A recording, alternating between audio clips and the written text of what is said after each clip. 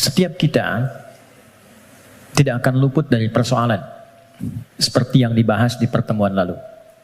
Dan ingat kuncinya, tidak ada manusia yang hidup yang tidak mengalami persoalan, yang tidak punya masalah. Itu mustahil. Quran surah kedua ayat 155 sampai 157. Allah menegaskan, saya sedikit menyingkat apa yang telah dibahas di pertemuan lalu. Walanabluwannakum bisyai. Setiap yang hidup pasti aku akan uji dengan beragam ujian kehidupan. Perhatikan cara menerjemahkannya. Untuk meningkatkan kualitas hambaku melalui ujian itu. Jadi, posisikan ujian adalah sebagai tes dari Allah yang menjadi fasilitas bagi kita untuk meningkatkan kualitas kehidupan. Itu poinnya. Ragamnya kata Allah bisa banyak. Minal khauf, kadang ada kegelisahan, kekhawatiran akan apapun. Kekhawatiran di rumah tangga, kekhawatiran di pekerjaan, kekhawatiran di kehidupan sosial, dan lain sebagainya. Wal ju', rasa lapar, apapun bentuknya. Wa naqsim minal amwal, harta berkurang. Ada hal-hal yang biasa kita nikmati menjadi tidak kita dapati. Wal anfus, diuji dengan penyakit sampai ada yang menggoncang jiwa, bahkan sebagian kerabat mungkin yang paling dekat dengan kita meninggalkan kita dan wafat. Wathamarat, ada hasil kerja keras yang telah kita titi sekian lama ternyata diambil oleh orang lain. Wabasyiris sabirin, dan berikan kabar gembira. Ternyata desain ujian itu akhirnya kebahagiaan. Jadi kalau kita menjalani semua apa yang Allah ujikan kepada kita itu dengan benar, itu endingnya itu bahagia. Endingnya kebahagiaan, kenyamanan, ketentraman, kedamaian. Jadi desain yang kedua, masalah kehidupan itu disiapkan oleh Allah bukan ingin membuat kehidupan seorang hamba bermasalah, tapi untuk satu, meningkatkan kualitas kehidupannya. Yang kedua, menghadirkan kebahagiaan sejati yang mengiringi aktivitas hidupnya. Untuk logika yang pertama, supaya mudah dipahami, bukankah setiap anak-anak kita yang belajar di sekolah harus melewati ujian sebelum dia lulus?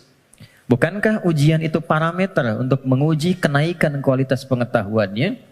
Maka hukum ini, kaidah ini, logika ini tempatkan pula dalam ujian yang Allah berikan kepada kita. Anggaplah kita menjalani aktivitas kehidupan dan memang itu nyata adanya, lalu ada tantangan yang dengan itu akan meningkat keadaan diri kita.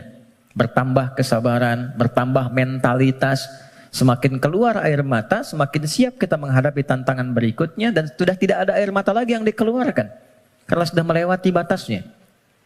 Kemudian akhirnya kebahagiaan. Nah, kita baru bicara tentang awal dan tengahnya di pertemuan lalu. Gimana menuju akhir dengan bahagia itu? Memanage satu persoalan yang orang lihat dengan masalah, kita melihatnya sebagai jalan menuju kebahagiaan. Oke, itu cara pertama untuk kita menyikapi terlebih dahulu. Jadi memosisikan persoalan kehidupan apapun bentuknya. Ya. Kadang selalu disebutnya dengan masalah gitu kan. Padahal Allah menyebutnya dengan tes, ujian.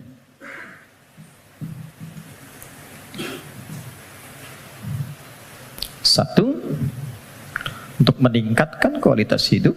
Tadi sudah saya sampaikan bahkan dari sisi logikanya. Ya, ini macam-macam. Ada yang kaitan dengan intelektual, wujudnya kreativitas. Ibu, teman-teman yang akhwat senang mana? Anak diam atau anak aktif? Aktif. Kalau diam kan gak enak ya. Ade, sini. Gak ada aktivitas. Tapi kalau dia jalan sana sini, lompat, lari, gak diminta lari dia lari, diminta jalan dia lompat gitu kan. Hah? Aktivitas itu bukankah menstimulus orang tuanya untuk banyak melahirkan kreativitas? Akhirnya tahu, bisa mengendalikan emosinya, bisa menata, bisa mengiringi aktivitas. Sehingga mengatur orang yang sudah bisa mengendalikan anak lebih mudah nanti mengendalikan orang tua yang kekanak-kanakan. Jelas ya? Itu contohnya. Ada yang terkait emosional. Ada yang terkait dengan spiritual.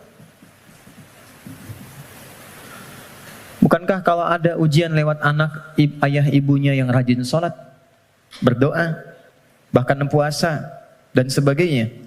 Bukankah kalau anaknya sering bertanya tentang persoalan, sering mengeluhkan di sekolah, ibunya yang mulai curhat, bapaknya yang mencari solusi, ini meningkat ini semua. Kalau Allah nggak titipkan lewat itu semua, nggak akan mungkin muncul pengalaman-pengalaman yang kadang melahirkan nostalgia di kemudian hari. Ya, ini poinnya. 2, dan ini pasti sifatnya, apalagi di rumah tangga. Saya tanya sebentar, siapa yang ingin rumah tangganya sakinah? Semuanya ya. Dan sakinah itu babnya adalah masalah. Karena sakinah itu ketenangan yang lahir setelah tuntas persoalan itu diselesaikan. Oke. 2, tidak mungkin Allah titipkan ujian berupa aneka persoalan kehidupan kecuali menjadikan ini sebagai jembatan yang mengantarkan pada kebahagiaan. Ini poinnya. Secara teoritis psikologis kita sudah belajar di pertemuan lalu bagaimana menyikapi masalah supaya jadi ujian yang menyenangkan. Itu dulu. Kemarin setelah kita belajar, yakinkan pada diri kita nggak mungkin diuji kalau nggak sanggup, kan? Al-Baqarah 286, selesai kemarin. La yukallifullahu nafsan illa wus'aha. Jadi kalau ada yang diuji dengan persoalan apapun, katakan pada diri kita, aku yang dipilih, insya Allah sanggup, insya Allah mampu. Itu dulu. Nanti secara psikologis akan ada kekuatan yang tak kita sadari membuat kita lebih siap menghadapi itu. Itu kaidah Quran. Kedua, inna ma'al usri yusra. Sudah kita bahas ini. Yakinkan pada diri kita, setiap ada masalah, katakan langsung pada diri, pasti selesai.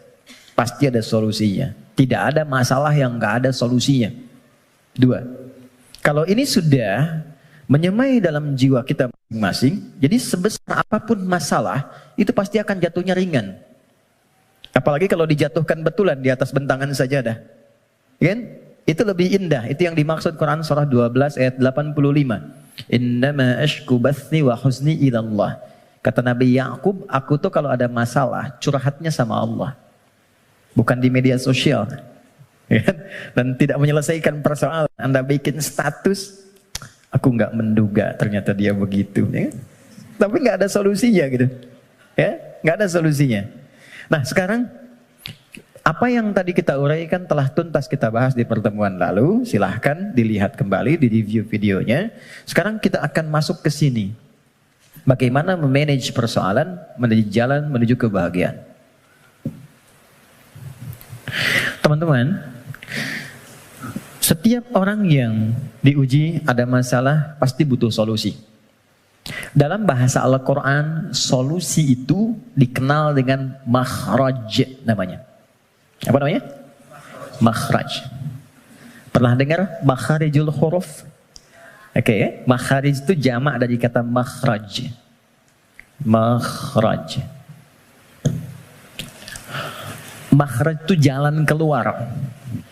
Jadi kalau teman-teman misalnya umrah atau haji, ada lewat jalan di atasnya tulisannya makhraj, jalan keluar. Exit, kan?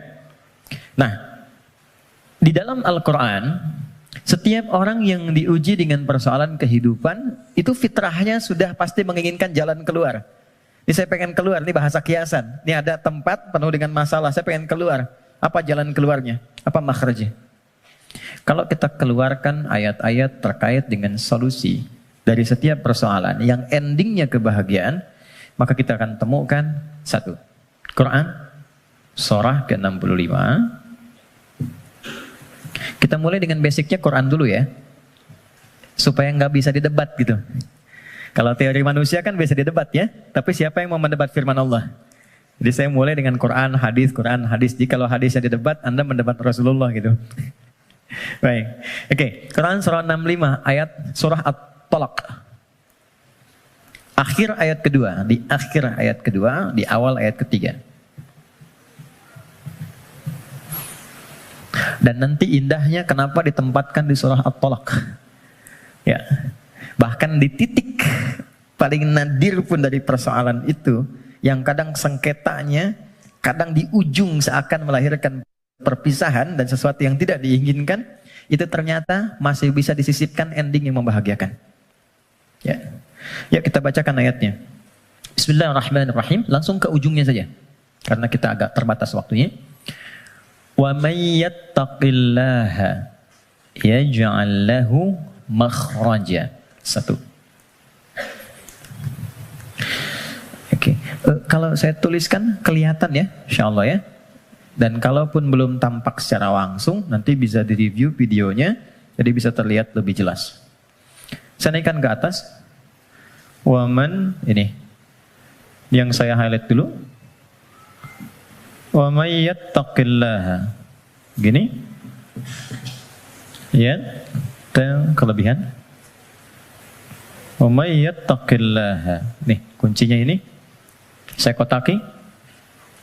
Baru saya turunkan ke sini, ya ja'allahu makhraja. Makhraja. Oke, kita temukan kalimat makhraj di Quran. Satu. Waman, saya baca dengan man dulu, tidak saya baca dengan tajwid. Waman. Dan siapapun. Saya agak kurang sepakat dengan terjemahan dan barang siapa. Karena saya cari sampai sekarang nggak pernah ketemu itu barang punya siapa gitu.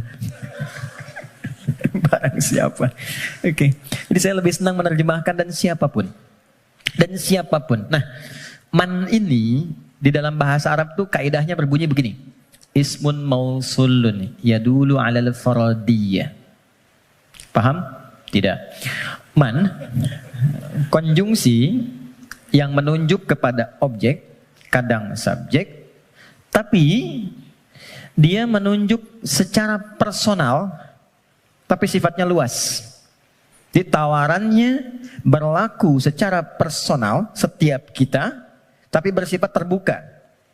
Jadi kalau ada kata man di Quran, itu Allah sedang berbicara kepada kita, posisikan secara personal. Setiap kita itu sedang dikhitab, ditawari langsung oleh Allah. Dan tawarannya terbuka. Mau laki-laki, perempuan, besar, kecil, tua, muda, siapapun. Kalau ini kemudian disandingkan dengan kata makhraj, yang tadi kita sepakati makhraj itu solusi, jalan keluar. Lawan dari solusi, masalah kan? Ujian kan? Jadi satu kata man saja sudah memberikan kesan bahwa tidak ada satu pun di antara kita, bahkan saat ini di ruangan ini, yang tidak punya persoalan. Setiap kita. Tuh, wajahnya udah kelihatan tuh. Setiap kita pasti punya masalah. Kan? Apapun jenisnya. Tapi kata Allah, siapapun Anda, ketika mendapati ujian dari persoalan itu, aku sudah siapkan solusinya. Dan kalimatnya menggunakan ja'ala loh. Ja'ala itu nggak main-main, lekat. Jadi seakan Allah ingin katakan begini, setiap aku titipkan ujian untuk meningkatkan kualitas hidupmu, saat yang bersamaan, ini sudah ada solusinya. Jadi berbarengan dengan itu, ada masalah, ada solusi. Ada problem, ada jalan keluar. Tinggal sekarang, cara kita bagaimana menemukan jalan keluar itu bukan hanya merasakan persoalannya. Jadi diberikan persoalan itu untuk mencari lewat itu solusi yang telah Allah sandingkan tadi. Dan cara mencari itu ujungnya adalah ini, kebahagiaan. Apa jembatannya? Kalau jembatan itu di tengah atau di ujung? Selalu di tengah. Ada dua yang terpisahkan, tengahnya jembatan. Di sini persoalan, di sini solusi. Apa jembatannya? Kita cari yang pertengahan di sini. Waman awalnya, yaj'allahu makhraja, ujungnya. Tengah-tengahnya, yattaqillah. Takwa kepada Allah. Allah berikan satu kalimat saja yang bila ini diimplementasikan sempurna, maka endingnya bahagia di setiap situasi yang kita jalani. Takwa. Kalimat yang mudah untuk diucapkan dan butuh tantangan ketika dijalankan. Saya tidak ingin mengatakan sulit, karena nggak ada yang sulit yang Allah berikan. Yang sulit itu manusianya, bukan caranya. Oke, jadi kita sudah dapatkan katanya. Kalau ada persoalan, ujian apapun dalam kehidupan, maka kalau ini ingin cepat dituntaskan oleh Allah dan endingnya bahagia, maka solusi pertamanya apa? Takwa. Oke, satu dulu. Dua, apa itu takwa? Karena di sini kita punya dua pembahasan. Topik pertamanya tentang definisi yang jelas apa itu takwa. Yang keduanya kenapa pakai ya di sini. Nanti ini yang di akhir kita akan tutup sebelum kita diskusi. Teman-teman, takwa itu singkatnya, definisi yang paling singkat dan mencakup adalah membangun hubungan baik dengan Allah. Itu cara cepatnya. Wa may yattaqillaha, siapa yang mampu mendekati Allah dengan baik. Oke, sekarang kita terapkan logikanya.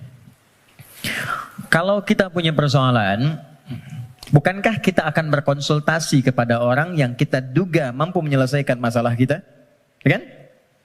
Bukankah kalau Anda punya masalah di handphone, Anda akan datang ke counter handphone? Bukankah kalau ada orang punya masalah di kendaraannya, dia akan datang ke bengkel yang sesuai dengan kendaraannya? Oke, artinya kita akan merujuk kepada objek itu ketika dipandang dia mampu menyelesaikan masalah yang kita hadirkan.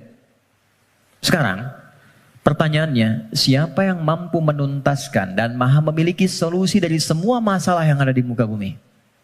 Bukankah Allah? Bukankah yang punya solusi Allah? Yang punya harta Allah? Yang punya ilmu Allah? Karena itulah kita sering minta kan? Ya Allah, ya Allah, ya Allah. Pertanyaannya, apakah setiap yang meminta itu punya hubungan baik dengan Allah? Anda punya masalah. Lalu Anda ingin kontak teman, minta bantuan. Tapi hubungan Anda nggak baik, dikontak nggak temannya? Tapi yang paling aneh, masih dikontak kan? Ya kan? Dan nggak berharap apa-apa gitu. Dan biasanya orang yang tak punya hubungan baik, walaupun dia mengontak, biasanya harapannya kosong. Mau dibantu nggak apa-apa, mau nggak dibantu nambah kesel. Kan nggak punya hubungan baik gitu kan? Oke, nah sekarang problemnya, apakah setiap orang yang minta kepada Allah itu, maaf, punya hubungan baik gak dengan Allah? Karena sifat Allah itu nggak mungkin diminta kecuali diberi, nggak mungkin dimohon kecuali dikabul. Itu ada di Quran surah kedua ayat 186. Paling kiri sebelah bawah di mushaf standar. Wa idza sa'alaka 'ibadi 'anni fa inni qarib ujibu da'watad da'i idza da'an. Itu kalimatnya. Jika ada hambaku Muhammad SAW bertanya kepadamu, berkonsultasi untuk mendekat kepadaku, ingin datang kepada Allah. Biasanya kalau motif hamba datang kepada Allah itu biasanya dua. Satu pengen minta sesuatu, yang kedua mau bertobat. Umumnya begitu. Umumnya. Nah, sebelum datang Allah sudah memahami karena Maha tahu sifatnya. Maka Allah jawab, ujibu da'watad da'i idza da'a. Katakan padanya, enggak usah lelah, aku sudah memahami sebelum dia datang. Wah, itu secara psikologis hebat sekali. Kalau Anda bertanya, Mas Dimas, mana ustadznya? Kok jam 10 belum datang? Iya nih, kayaknya nggak jelas ustadznya datang apa enggak. Dengan jawaban kedua, ustadz sudah dekat, sebentar lagi tiba. Mana yang menenangkan, jawaban pertama atau kedua? Kedua. Maka Allah mengatakan, sebelum engkau tanya, katakan Muhammad pada mereka SAW, aku dekat. Setelah itu apa? Aku akan kabulkan apapun yang hambaku minta, sepanjang itu maslahat untuknya. Jadi setiap permohonan itu dikabul, dan jawabannya menggunakan ya. Lalu kembali kepada saya jadi ujibu, aku akan jawab kapanpun itu yang sesuai dengan kebutuhan dia. Ya, karena sifat doa itu gini, sifat doa itu mengabulkan apa yang dibutuhkan, bukan memberikan apa yang dimintakan. Karena Allah itu Maha Pengasih, nggak mungkin Allah ngasih kepada sesuatu yang membahayakan. Ya, kadang kalau memang betul itu maslahat buat Anda, minta, Anda butuh diberi seketika. Tapi kalau sekarang Anda belum siap, mungkin diberikannya 2 tahun, 3 tahun, 4 tahun. Nabi itu minta kiblatnya pindah dari Masjidil Aqsa ke Ka'bah. Kapan dikabulkannya? Setahun 8 bulan. Bayangkan seorang Nabi, Rasul, manusia terbaik, minta sama Allah, nggak langsung dikabul. Setahun 8 bulan baru dikabulkan. Kenapa? Bukan nabinya, umatnya belum siap. Ya, begitu pindah, dapat komen dari kalangan Yahudi yang ada pada saat itu di Madinah, langsung dislike, share, viral. Nggak ada yang subscribe satupun. Ya, yang ada nanti malah konflik. Jadi begitu sudah siap, sudah paham dengan esensi sholat, sudah mengenal Allah lebih dekat, baru dikabulkan. Kadang-kadang, maaf ya teman-teman, apa yang sekarang kita dapatkan, boleh jadi itu doa sekian bulan, atau bahkan tahun yang pernah dimohonkan dulu. Cuman kadang-kadang sebagian hamba tidak menyadari itu, karena itu syukurnya telat. Gitu. Ada yang ketiga, ini yang lebih dahsyat. Allah mengganti apa yang diinginkan dengan apa yang dibutuhkan. Seperti pernah saya sampaikan, Anda punya anak, anaknya sakit, konsultasi ke dokter, ini yang terbaik untuknya jeruk. Pulang dari rumah sakit, dia merengek minta apel. Mama, apel, apel, apel. Ini nak, jeruk. Nggak mau apel. Ini jeruk rasa apel. Itu yang terbaik, gitu kan? Oke, kadang-kadang Anda minta motor, dikasihnya mungkin sepeda. Kadang Anda minta mobil A, dikasihnya mobil B. Kadang Anda mengajukan proyek A, dikasihnya proyek B. Yang ini nggak masuk, yang ini dapat. Jadi sifat doa, itu kalau dimohonkan, diberikan. Kalau nggak cocok di dunia, diberikan di akhirat. Itu sudah janji. Karena itu kita masih ada iman akhirat, jadi masih punya harapan. Yang bahaya itu kalau nggak punya keyakinan tentang akhirat, dia nggak punya harapan. Jadi meninggal aja. Kalau kita masih punya harapan, makanya kita belajar ilmu tentang alam kubur, ilmu tentang akhirat, pengetahuan tentang surga neraka. Kenapa? Supaya memunculkan harapan. Ya, sebab kalau ditanya nanti kalau meninggal kemana, punya jawaban. Kalau orang yang nggak tahu itu ditanya kemana, meninggal ya meninggal aja. Kalau meninggalnya kan sama-sama meninggal. Halo? Ya, baik. Nah sekarang problemnya adalah bisa ada orang minta tapi nggak terkabul gitu, nggak dapat. Apa problemnya? Maka saya kisahkan hadis Nabi, teman-teman. Thumma dzakara ar-rajula yutilu safara ash'atha aghbara. Nabi mengisahkan seorang lelaki yang menempuh perjalanan panjang. Safar.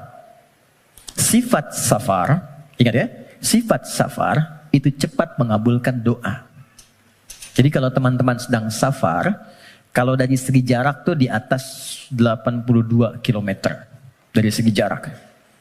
Tapi kalau dari waktu tempuh yang merubah zona waktu lah setidaknya. Ya, jadi kalau kita misalnya dari sini mau ke Palembang, Papua, Lampung, safar. Tapi ingat, safarnya menuju tempat yang baik. Ya deh? Ini mau safar ke Makau, safar ke Las Vegas misalnya, itu bukan safar namanya. Memang jalan jauh tapi bukan dalam konteks yang dibenarkan. Nah, orang yang menempuh perjalanan jauh dalam rangka kebaikan, apalagi diniatkan ibadah, maka berpotensi mengabulkan doa di setiap titian perjalanannya. Maka alih-alih banyak foto dan bikin status, saran saya, isi dulu dengan doa. Isi dulu dengan doa. 2, yamuddu yadayhi ilas sama. Dia mengangkat tangannya ke langit. Gini. Saya tidak bermaksud mengajarkan, hanya share saja. Biasanya begini yang mudah untuk dilakukan. Kalau Anda angkat telapak begini. Ada garis kan ya? Ada garis ya? Nah, yang paling mudah itu begini. Satukan garisnya. Ini. Lalu di sini letakkannya. Nanti ada babnya, semakin tinggi dan luas permohonan, biasanya semakin diangkat, semakin terbuka. Seperti doa istisqa, minta hujan. Doa istisqa itu begini. Nanti ada di khutbah Jumat, misalnya khatib begini. Ya, sebetulnya tidak diatur secara spesifik, yang penting ngangkat. Tapi umumnya riwayat mengatakan ngangkat dekat ke dada. Saya yang praktekkan begini. Nah, singkatnya, hadis sahih mengatakan, orang yang mengangkat tangan dengan berdoa, itu lebih cepat intinya dikabulkan dibandingkan dengan yang diam. Innallaha hayyun karimun. Allah itu maha mulia dan sangat merasa malu kalau seorang hamba mengangkat tangannya tidak dikabulkan doanya. Itu jawaban dari Nabi kepada seorang sahabat yang bertanya, "Ya Rasulullah, kalau ada seorang hamba mengangkat tangan dan memohon kepada Allah, apakah dikabulkan?" Kata Nabi, "Bagaimana menurutmu jika ada temanmu minta kepadamu sambil menengadahkan tangannya begini? Ya, Mas Andrian, tolong sesuap nasi aja." Kalau nggak ngasih malu kan? Maka kata Nabi, Allah lebih malu karena sifat rahimnya, lebih malu kalau hambanya mengangkat tangannya lalu dia tidak memberinya. 2. 3, ini kunci cepat. Fayaqulu ya Rabb, ya Rabb. Lalu dia bermohon dengan al-asma'ul husna. Cara ketiga, kalau doa ingin cepat dikabulkan, mulai dengan al-asma'ul husna. Enggak perlu semuanya. Pilih satu nama yang sesuai dengan permohonan yang kita ajukan. Contoh, Allah punya berapa nama? Ya, yang dihitung 99. Itu yang disebut dengan Al-Asma'ul Husna. Quran surah ke-17 ayat 110. Ulidu'ullaha. Kalau engkau punya persoalan, kata Allah, sebut namaku minta. Awid'ur Rahman. Sebut namaku sang pemberi tanpa batas. Maha kasih yang luas. Ayyamma tad'u, tapi kalau engkau ingin spesifik, falahul asmaul husna, pilih satu nama yang sesuai dengan kebutuhanmu. Contoh, Anda minta untuk dilapangkan rezeki. Sebut ya Allah, Allahnya dulu. Allah. Ya Razzaq. Ya Allah, ya Razzaq. Ya Allah sang pemberi rezeki. Anda belajar atau anak Anda belajar, ingin diberikan keluasan ilmu. Ya Allah, ya Alim. Pilih salah satu. Nabi Zakaria ketika bermohon kepada Allah, manusia itu berkata, kamu punya keterbatasan, gak mungkin punya keturunan. Maka beliau menyebut nama Allah sang pemberi tanpa batas. Namanya Ya Wahhab. Disingkat dengan Hab. Ya, Wahhab. Banyak persoalan ingin dikuatkan kesabaran. Ya Sabar. Ya, jadi kalau Anda mau minta, nggak harus semua disebut. Nanti yang nggak ada, jadi ada. Ya Allah, ya Razak, ya Alim, ya Sabar. Tadinya nggak punya masalah, Anda malah punya masalah, gitu kan? Oke. Dia menyebut ketiganya. Jadi dia mengatakan, ya Rabb, nama ucap untuk pemberian dengan sifat rububiyah. Dia safar, dan orang ini mengangkat tangan. Apa kata Nabi? Anna yustajabu lidzanik. Ini susah doanya dijawab. Gimana bisa terjawab? Ternyata dia dalam keadaan sedang punya hubungan yang tidak baik dengan Allah. Kata Nabi, mat'amu haramun. Makanan dia sumbernya dari yang haram. Mashrabu haramun. Minumnya yang haram. Malbasu haramun. Pakaiannya dari yang haram. Wa ghudhiya biharamin, dan perangkat hidupnya haram. Saya pegang gelas dari tadi, saya ingin tunjukkan begini. Ini gelas masih terbuka. Gini. Man. Saya bisa masukkan apapun. Spidol, pena, even itu air, dan yang lainnya. Tapi kalau mulai itu tersekat begini, apa yang bisa dimasukkan? Kalau sekatnya masih tipis, mungkin masih bisa ditembus. Sepanjang tajam permohonan, air mata keluar, bermohon dengan lembut dan lirih, masih bisa tembus. Tapi kalau yang menutupnya semakin tebal dan kuat, bagaimana bisa tembus? Maksiat yang membuat kita terhubung, buruk, jelek sinyalnya, koneksinya bahkan terputus dengan Allah, itu yang menjadikan sekat-sekat yang menghambat cawan hati kita untuk menerima pengabulan doa dari Allah Subhanahu wa Ta'ala. Maka tadi saya katakan di awal, bagaimana ada orang punya hubungan yang kurang baik dengan Allah, saat yang bersamaan dia berani meminta. Bersyukurnya Allah punya sifat Rahman dan Rahim yang masih menampung permintaannya dan mengabulkan. Cuman hamba itu yang harus membuka sekatnya dulu supaya pengabulan itu bisa masuk ke dalam dirinya. Jadi sifat Rahman Allah menjadikan doanya tetap dikabul. Cuman mental. Itu maksudnya. Ya Allah Maha Adil, tetap memenuhi janji, diminta diberikan, cuman terpental. Karena apa? Sekatnya belum dibuka. Nah, untuk membuka sekat itu, dan dibangun kembali hubungan baik, itu yang disebut dengan takwa namanya. Ya. Bagaimana Anda bisa meminta khusyuk berdoa? Saya kadang-kadang suka mau senyum sendiri. Ada orang berdoa, tapi gerah juga. Minta khusyuk, tapi dia membawa perangkat haram dalam dirinya. Gambar-gambar yang tak pantas, video-video koleksi yang buruk masuk di handphonenya. Kok bisa masuk sakunya saat yang bersamaan dia sholat? Kok bisa? Nggak malu sama Allah. Kan kita mengetahui Allah maha mendalami segala hal. Allah maha mengawasi. Lalu ada orang mengumpulkan hal yang haram, bahkan dalam handphonenya, dia masukkan ke sakunya, dan dia masih senang menunaikan sholat. Dan merasa nyaman dengan itu. Apalagi dengan keadaan sadar, dia hasilkan perangkat dirinya, pakaian dari cara yang tidak benar, kemudian juga perangkat dari cara yang tidak benar, kemudian dia diuji dengan persoalan, yang Allah ingin bimbing dia untuk mendapatkan jalan keluar yang baik, tapi dia menggunakan itu dan dengan perasaan bangga dia bermohon kepada Allah. Tapi sekali lagi, karena Allah itu Rahman, sayang, kasih, maka persoalan sebesar apapun yang dirasakan dan bagaimana bentuknya, demi Allah saya katakan, pada akhirnya itu adalah jalan menuju kebahagiaan. Kalau bukan jalan kita menemukan kembali harapan cerah untuk terhubung dengan Allah, yang membuka kebahagiaan sejati berikutnya, atau memang itulah titik pertemuan dari semua keinginan yang akan dikabulkan. Nah sekarang, bagaimana mewujudkan takwa itu?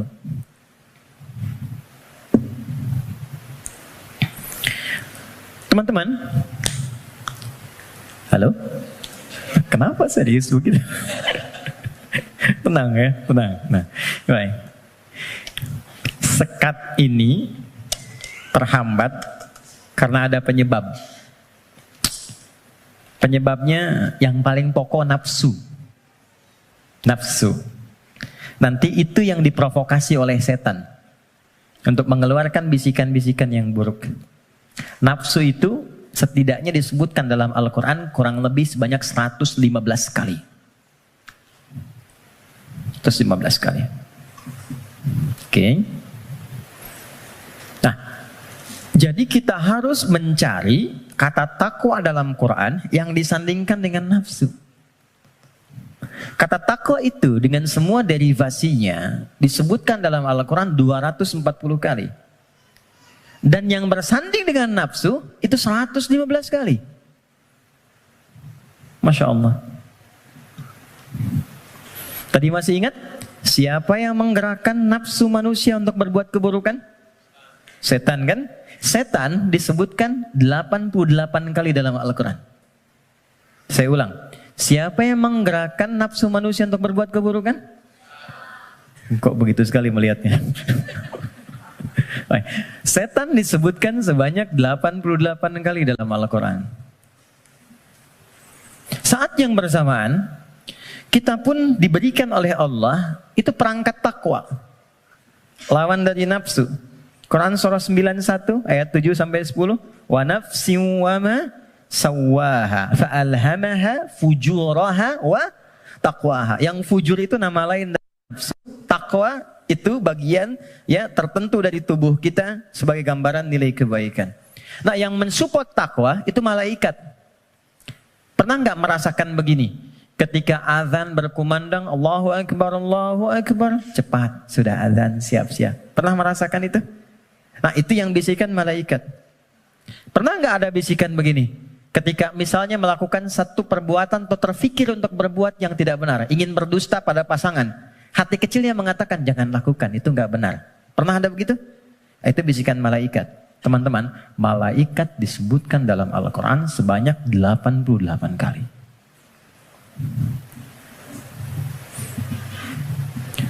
Jadi ini automatically bekerja secara bersamaan terus. Jadi kita baru bangun tidur aja, udah ada pengaruh begitu. Ya, harus cepat mengambil keputusan, di mana yang mau diambil. Makanya itu Nabi mengatakan istafti qalbak. Kalau kita ingin memutuskan sesuatu, tautkan diri kita dengan Allah, ambil isyarat dari jiwa takwa kita. Ini. Dari 115 kali ini yang disandingkan dengan nafsu, maka keluarlah di situ rumusan-rumusan amal soleh, ibadah yang menjadi jalan sekaligus jembatan yang menghubungkan kita dengan Allah. Apa di antaranya? Jazakallah khair. 2, 3, 4. Ya, kita pelan-pelan ya. Buka Quran surah kedua. Ini bagian terakhir kita untuk materi pengantar. Surah Al-Baqarah. Oke. Ayat 1 sampai 5. Quran surah 2, Al-Baqarah ayat 1 sampai 5. Ayat 1-nya pembuka, ayat 2 sampai 4 itu jembatan takwanya, ayat 5 adalah ending kebahagiaannya. Oke.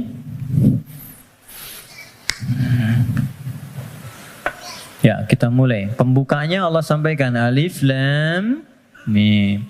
Aku akan berikan informasi dari firman-Ku yang mudah untuk dipahami, mudah untuk dibaca, mudah untuk diamalkan, semudah engkau mengucapkan Alif, Lam, dan Mim. Alif yang keluar di lisan, A dari rongga di sini, Lam sampai di lidah, Mim sampai di bibir. Semudah engkau berucap, semudah itu pula Quran bisa dibaca, dipahami, dan diamalkan. Dzalikal kitabu la raiba fi. Tapi engkau mesti yakin, kalau ingin mendapatkan manfaat dari Quran ini, engkau mesti yakin tanpa ragu terhadap apa yang akan aku sampaikan dan mengamalkan apa yang aku bimbingkan di dalamnya. Teruskan. Dzalikal kitabu la raiba fihi hudal lil muttaqin. Isi Al-Quran aku telah siapkan menjadi pedoman kehidupan, petunjuk hidup untuk semua kegiatan yang mengiringi bagi orang takwa. Muttaqin itu jama' dari kata taqi. Taqi itu satu orang. Quran surah ke-19 ayat 12 sampai 15. Ya Yahya khudhil kitaba biquwwah wa atainahu al-hukma sabiyya wa hananan min ladunna wa zakatan wa kana taqiyya. Jadi kalau taqi satu orang. Ya.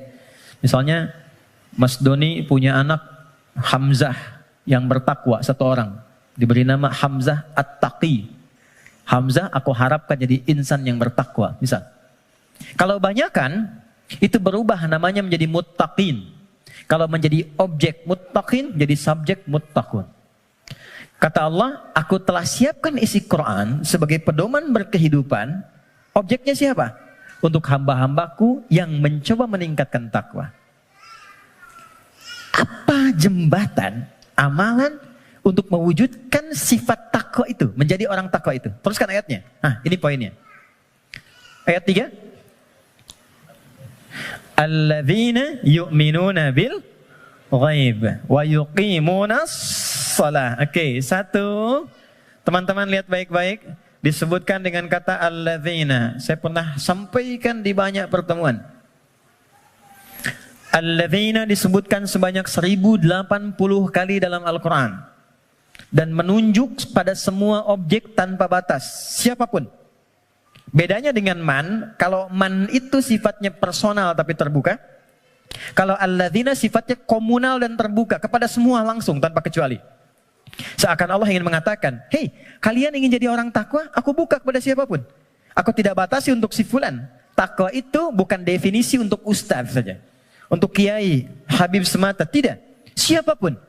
Ya, Anda mau profesi A, profesi B, sepanjang Anda manusia, Anda bisa menjadi kalangan orang takwa. Saking kasihnya Allah, semua diberi kesempatan yang sama.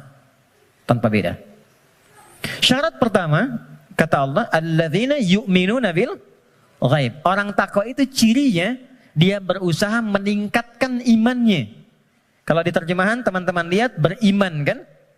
Tapi kalau kita lihat dari karakter gramatikal bahasa Arabnya, pakai ya di situ bentuknya jama'un, yu'minun, ya itu bentuknya kalau kita tarik ke dalam bahasa Inggris misalnya bentuk present, continuous, and future. Ada progresif, kontinuitas. Jadi kalau kita menemukan satu kata ada ya-nya, artinya di situ ada usaha terus meningkatkan sampai kapanpun. Alladzina yu'minuna, orang takwa itu, dia bukan sekedar beriman. Kalau sekedar beriman, baru beriman amanu namanya. Amanu itu baru beriman. Oke? Tapi kalau dia mau menerus meningkatkan imannya supaya lebih kuat, maka berubah katanya dari amanu menjadi yu'minun. Satu, diniatkan untuk meningkatkan iman.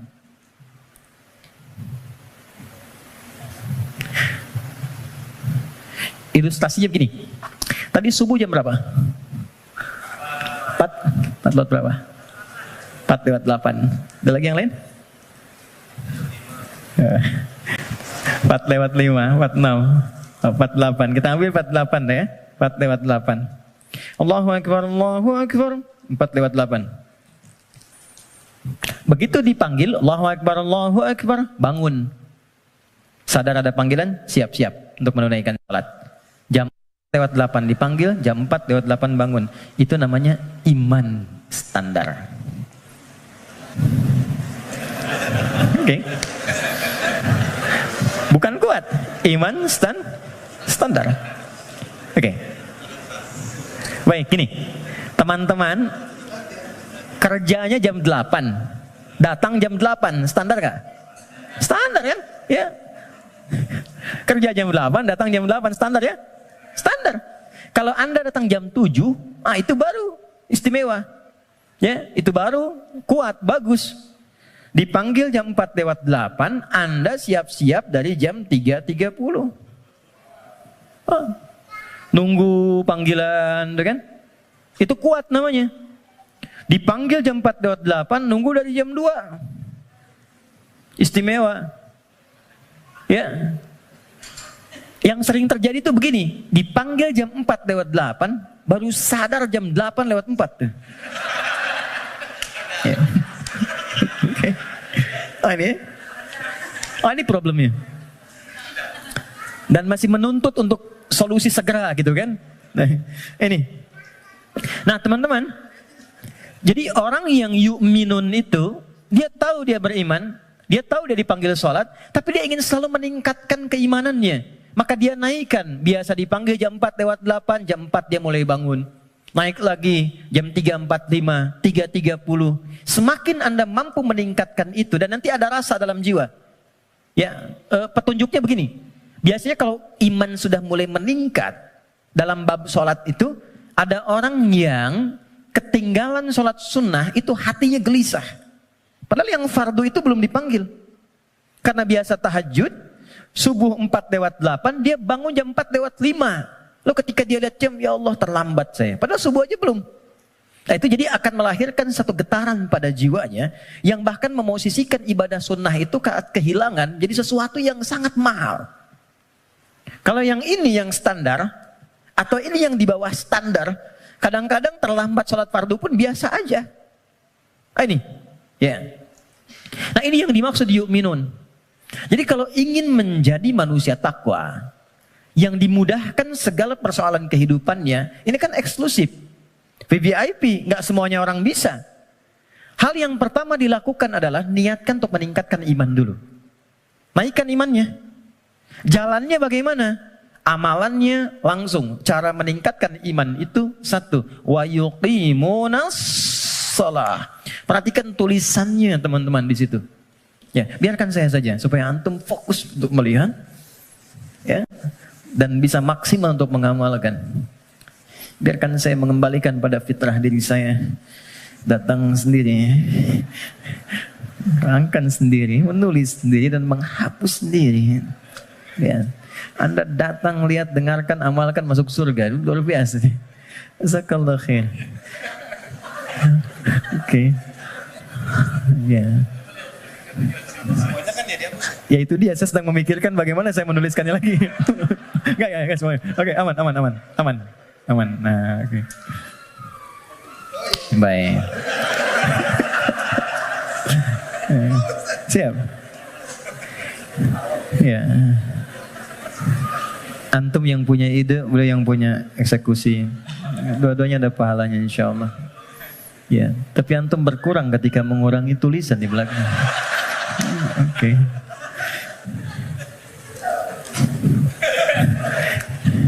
Satu, sholat. Sebentar. Oke. Coba lihat di mushafnya, tulisannya mesti begini. Harus begini. Yuqimunas sholata. Nggak boleh beda. Harus begini. Karena nanti ada yang begini. Gini. Ada yang begini. Salawat. Kalau yang begini artinya sekali, tunggal. Kalau yang begini artinya sholat fardu 5 waktu. Contoh Quran surah kedua Al-Baqarah ayat 238. Hafidhu 'alas sholawat. Bentuknya begini. 5 waktu. Kodenya boleh dicatat 24434. Yang 5 waktu 24434. 2 sholat subuh, 4 sholat zuhur, 4 sholat asar, 3 sholat maghrib, 4 sholat isya. Ini. Tapi kalau yang begini itu melampaui yang fardu. Melampaui yang fardu. Melampaui yang fardu bukan tambah bilangan fardu. Kalau gitu nanti besok subuh dari biasanya 2 jadi 4. Tidak. 2. Melampaui yang fardu artinya menambah dengan yang sunnah. Loh, Anda kan pengen masuk kelas VIP. Kalau kelas tribun biasa kan bayarnya biasa. Nontonnya kan biasa. Ya kan? Tapi kan permintaannya pengen yang spesial. Kalau pengen spesial, ibadahnya pun harus selaras dong. Harus adil, harus sama, harus spesial juga. Makanya tingkatkan dari sekedar yang fardu. Kalau kita ingin membangun jembatan takwa mulai saat ini, maka coba sekarang keluarkan menu-menu sholat sunnah apa saja yang bisa dilakukan. Jangan terlalu ekstrim dulu. Yang penting tahu dulu. Misal, yang siang ada apa saja? Kita mau masuk sholat zuhur misalnya. Sebelum zuhur itu ada sholat sunnah. Ada 4 rakaat. Bisa dibagi 2. 2 rakaat, 2 rakaat. Kalau nggak sempat waktunya untuk 4, bisa 2. Hadis Ibnu Umar. Sebelum asar ada 4 rakaat. Rahimallahu mra'an shalla qabla al-'asri arba'an. Misal, salat mutlak. Malam misalnya ada tahajud. Kita ingin coba bangun tahajud. Nggak usah yang tinggi-tinggi dulu. 2 rakaat aja dulu. Ya, 2 rakaat untuk melatih kenyamanan hati dan fisik kita. Jangan dipaksakan dulu. Malam ini 11, besoknya berhenti. Ya. Dan nggak usah panjang-panjang dulu. Saya selalu mengatakan kalau pengen tahajud dimulai, maka mulai dengan 2 rakaat tahajud, 1 witir. Ya, dan gunakan surah paling favorit yang bisa kita ucapkan, kita bisa bacakan. 3 kul kan? Dari wajahnya tuh kelihatan. Rakaat pertama, qul a'udzu birabbil falaq, al-falaq. Ya kan? Antum kan enggak jauh dari al-asr, an-nasr, al-kautsar, al-falaq, an-nas, al-ikhlas. Pada ikhlas semua tuh. An-nas. Tutup witir dengan 1 rakaat, al-ikhlas. Ikhlas, man. Saking ikhlasnya cuma 1 gitu ya. Oke. Oke. Coba dulu itu. Sampai jiwa kita merasa bosan, nyaman jiwanya. Tapi kan kita mulai merasa bosan, masa ini terus? Besok kan jadi naik kan? Jadi 4, terus tambah ad-duha, al-insyirah. Lama-lama menikmati. Nah, ketika menikmati itu yang disebut dengan halawatul iman, nikmatnya beriman. Sudah pengen pindah surat. Kalau para penghafal Quran tuh adik-adik RKM biasanya murajaah. Al-Baqarah, Ali Imran, An-Nisa, biasa. Tapi kalau sudah paham esensi tahajud, yang dibaca itu kadang, kalau sudah mengerti, surat yang sesuai dengan kebutuhannya. Itu tingkat tertingginya. Misal, sedang ada persoalan yang berat ke jiwa. Nggak harus tinggi-tinggi. Baca rakaat pertama ad-duha, kedua al-insyirah. Kita nggak harus tinggi-tinggi dan kita merasakan itu. Pengen membangun hubungan baik dengan Allah, pengen taubat gitu kan, pengen mendekat, pengen jadi ahli surga, baca surat Az-Zumar misalnya. Pengen husnul khatimah, bacakan surah Al-Fajr misalnya. Ya, kan di penghujung ayatnya, ayat 27 sampai dengan ayat 30. Ya kan? Sampai terasa kenikmatannya. Itu yang dimaksud dengan wa yuqimunas shalah, dan tunaikan dengan khusyuk, dengan merasakan itu.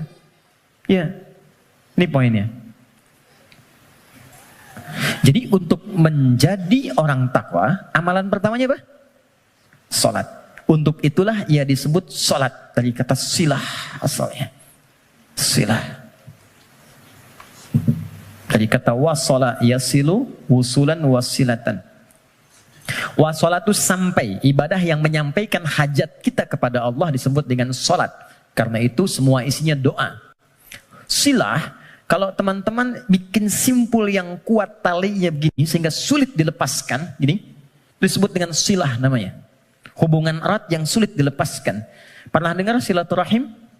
Kenapa disebut silaturahim? Karena ketika Anda kumpul, terhubunglah ya satu hubungan, chemistry, perhatian yang itu nggak lepas saat pulang. Jadi silaturahim itu wujudnya bukan saat kumpul. Kalau kumpul Anda menyapa, wajar orangnya ada.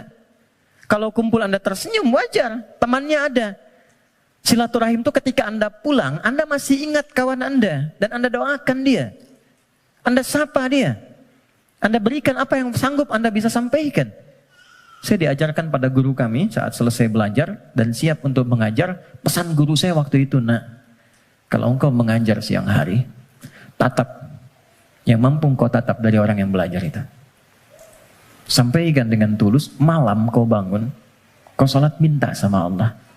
Bayangkan orang-orang kau tatap itu. Mintakan ya Allah mudahkan urusan hidupnya, sehatkan mereka, bahagiakan mereka, tanamkan kedamaian dalam jiwa mereka. Mudahkan mereka untuk memahami apa yang dipelajari. Itu yang menjadikan ilmumu akan bermakna. Gitu. Dan jangan pernah mencari dunia. Karena Allah pasti akan cukupkan. Itu pesan guru kami.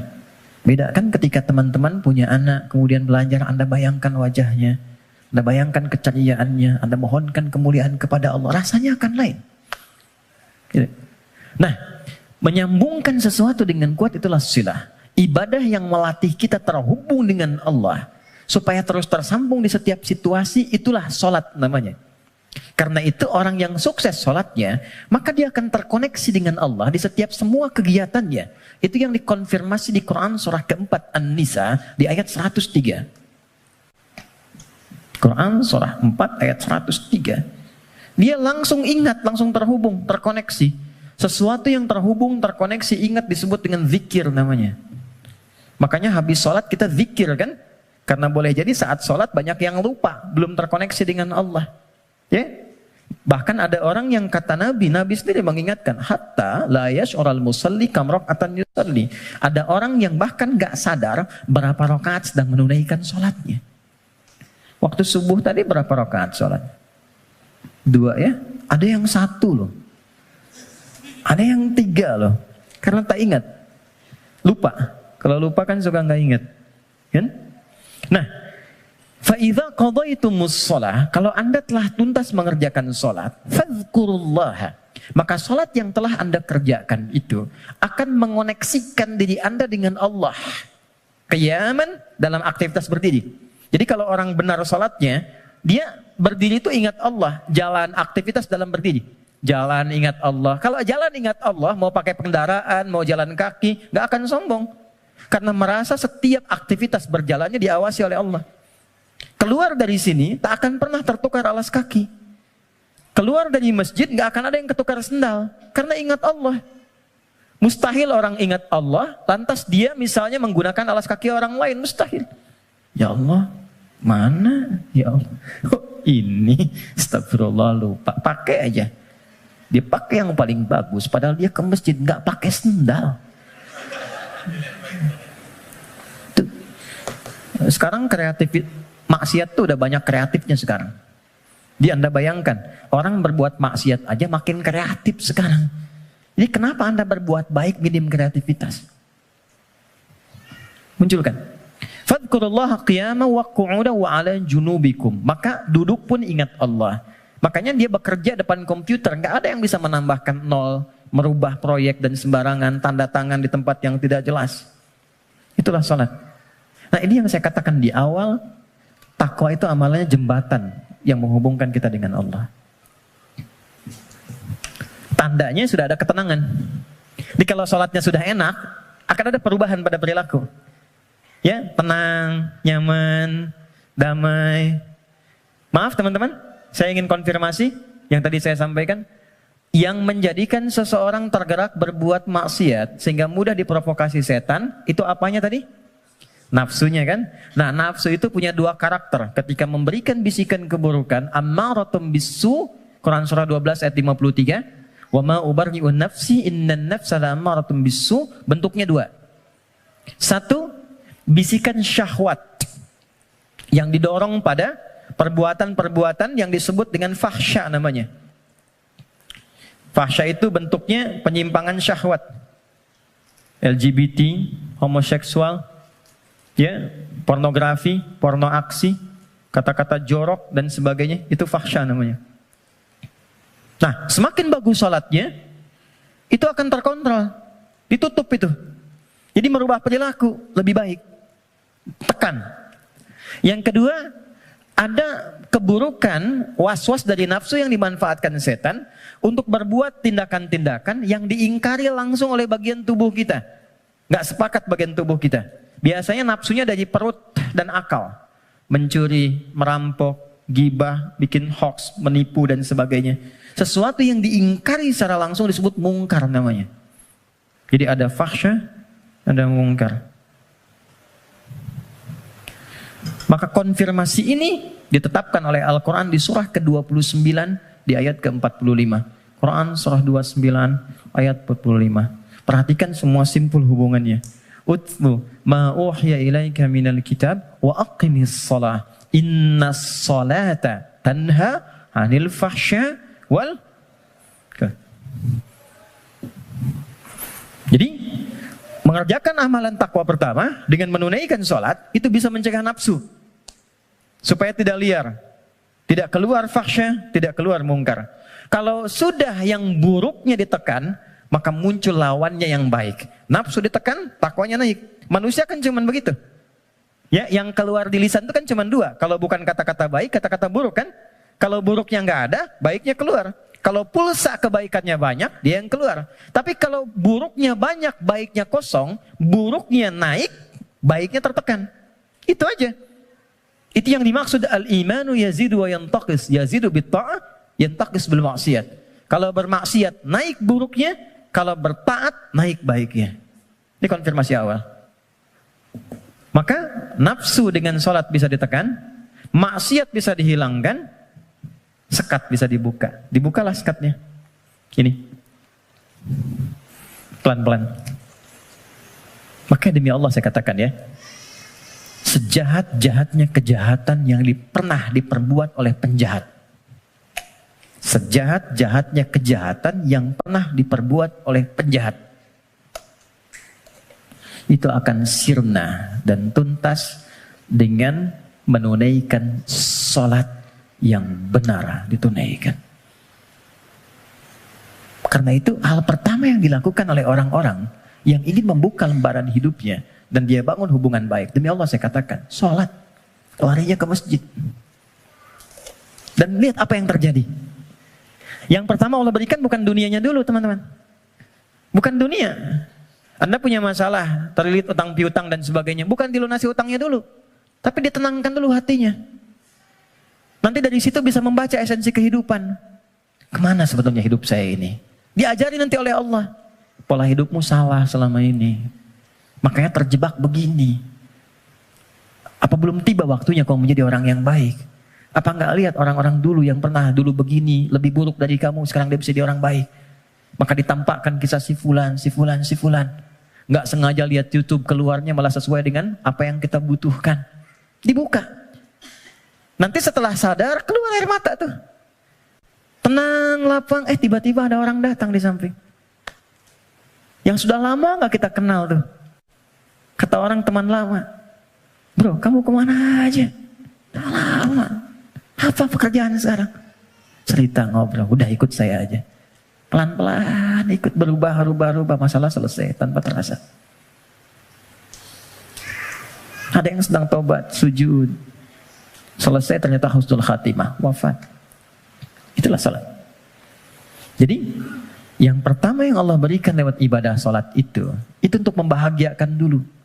Kebahagiaan yang dirasakan setelah tuntas mengurai satu persoalan, itu disebut falah namanya.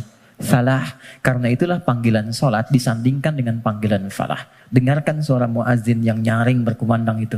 Hayya 'alas shalah. Setelah itu apa? Hayya 'alal falah.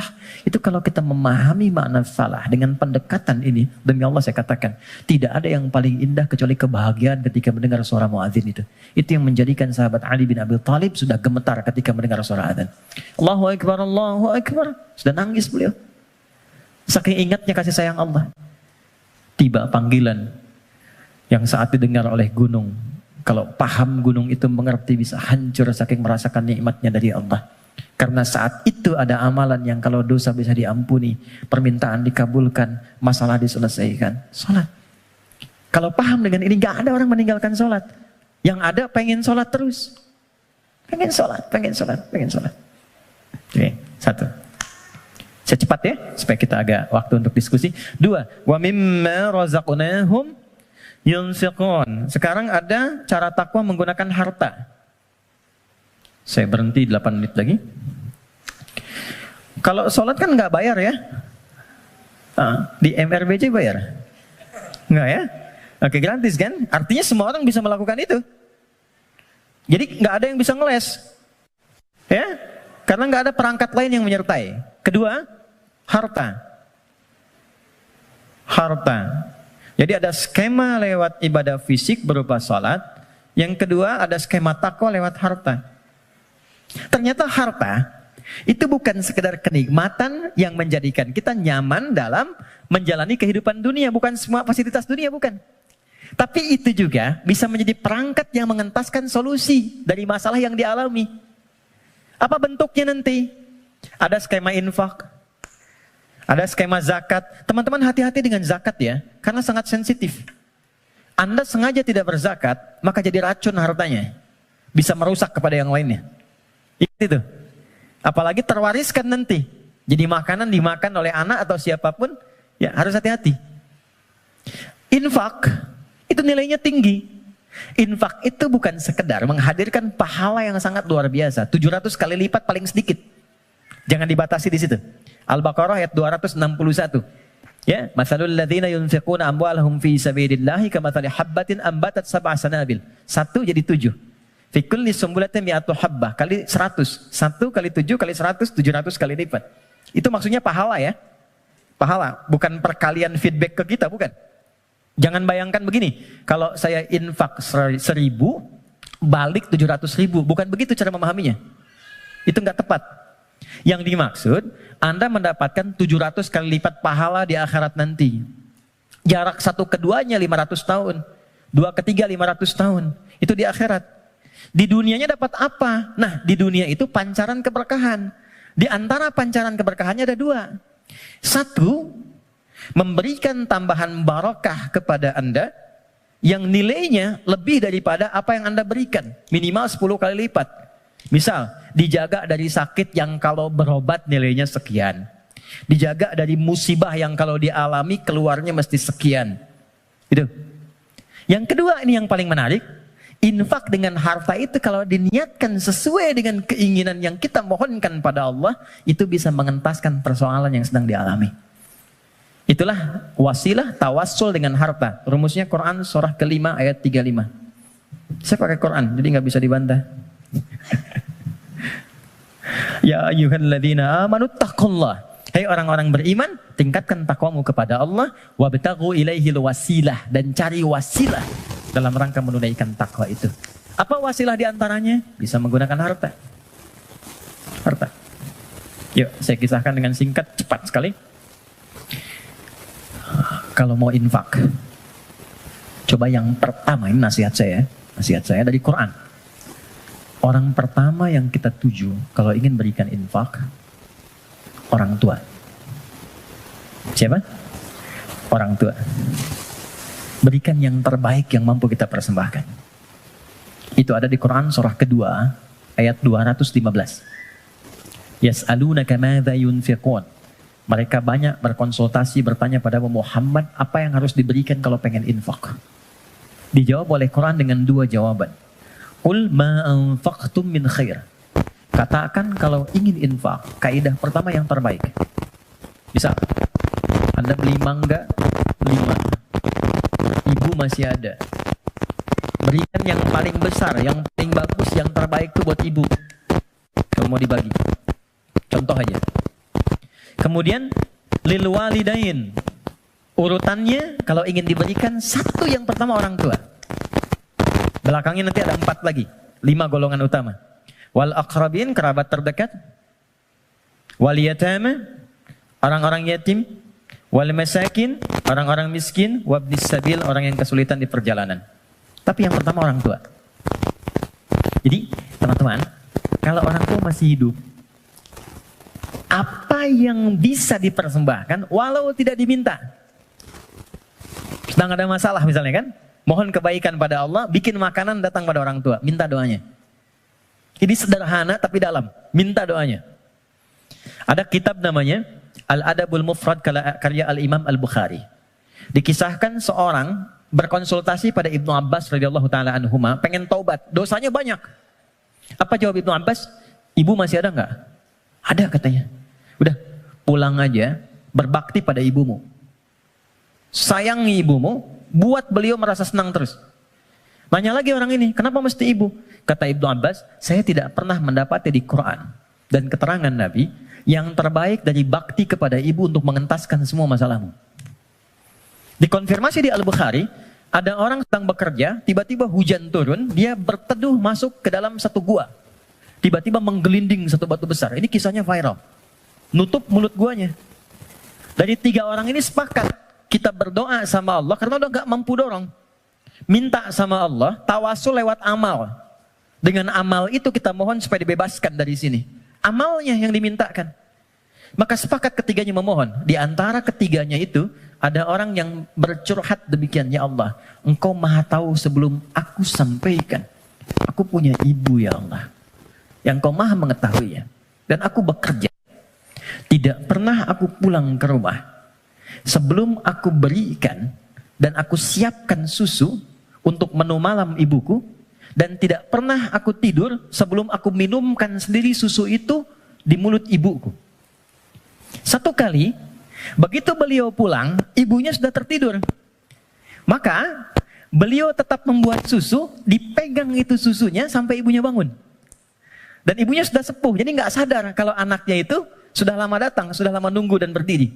Ibunya belum merasa tidur, bangun, saya minumkanlah susu itu kepada ibunda tercinta, tanpa pernah cerita sedikit pun bahwa aku sudah berdiri lama di samping beliau.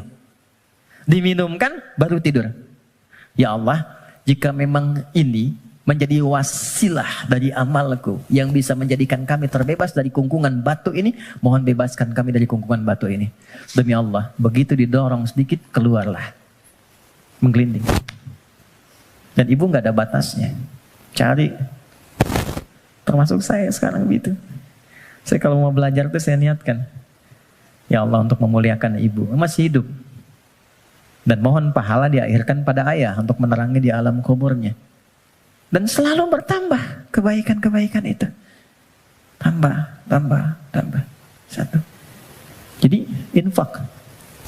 Ya. Coba usahakan ya. Dan gak usah terlalu pengen dilihat dunia. Keluar jam 3, setengah 4. Lihat yang nyapu. Yang lagi dorong makanan tuh. Yang dari semalaman bekerja.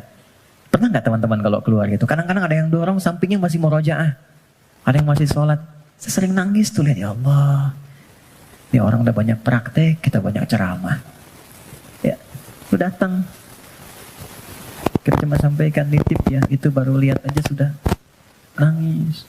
Ya Allah, terima kasih Pak. Ya Allah, mudah-mudahan Bapak rezekinya lancar ya Pak. Sehat ya Pak. Mudah-mudahan semua keluarganya baik-baik ya Pak. Itu ya Allah. Memberi sedikit tapi dapatnya banyak gitu. Itu berharga banget. Yang terakhir Quran. Walladzina yu'minuna bima unzila ilaika wa ma unzila min qablik.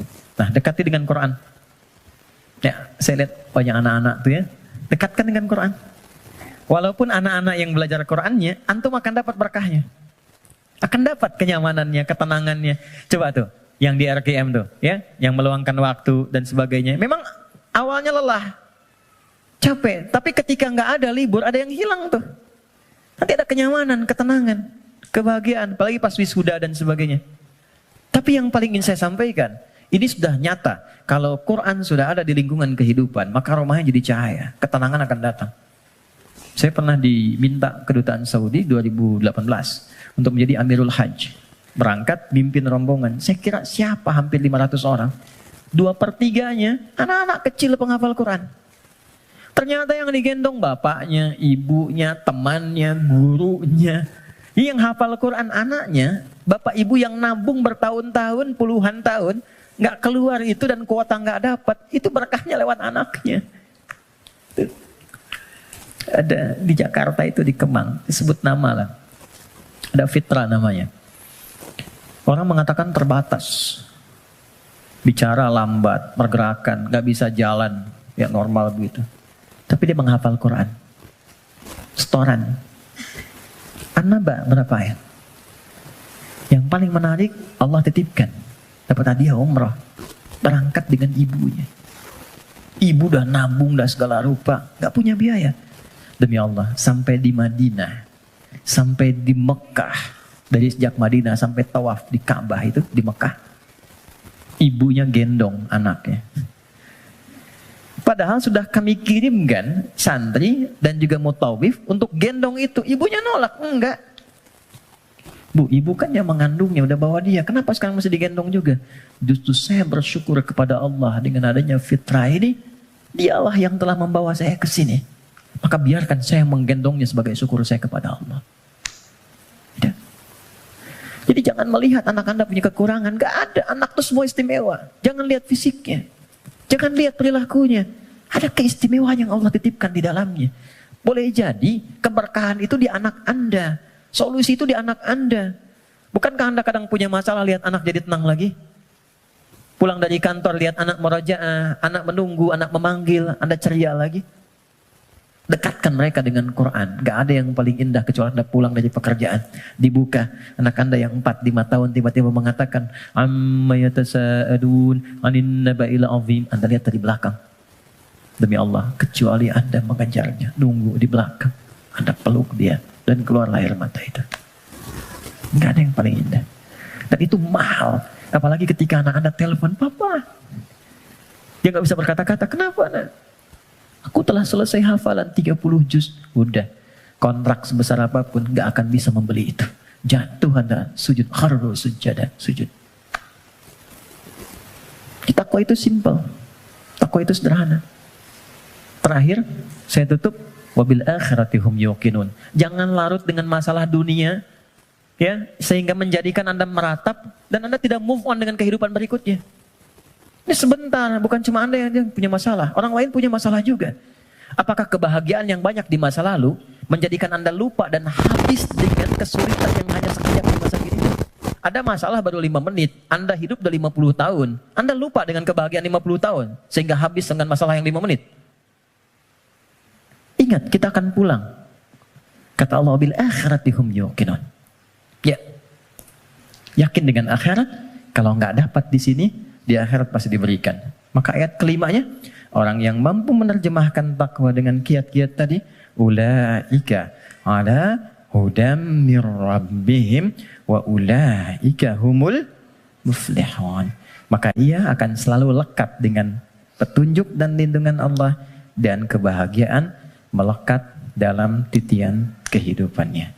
Maka kita teruskan kembalikan dan kita akhiri dengan Quran surah ke-65 di akhir ayat kedua, di awal ayat ketiga yang sudah dibalik tadi di belakang.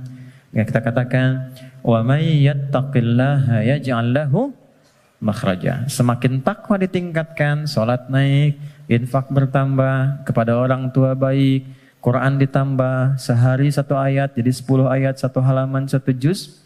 Yakin dengan akhirat, yaj'al lahu makhraja.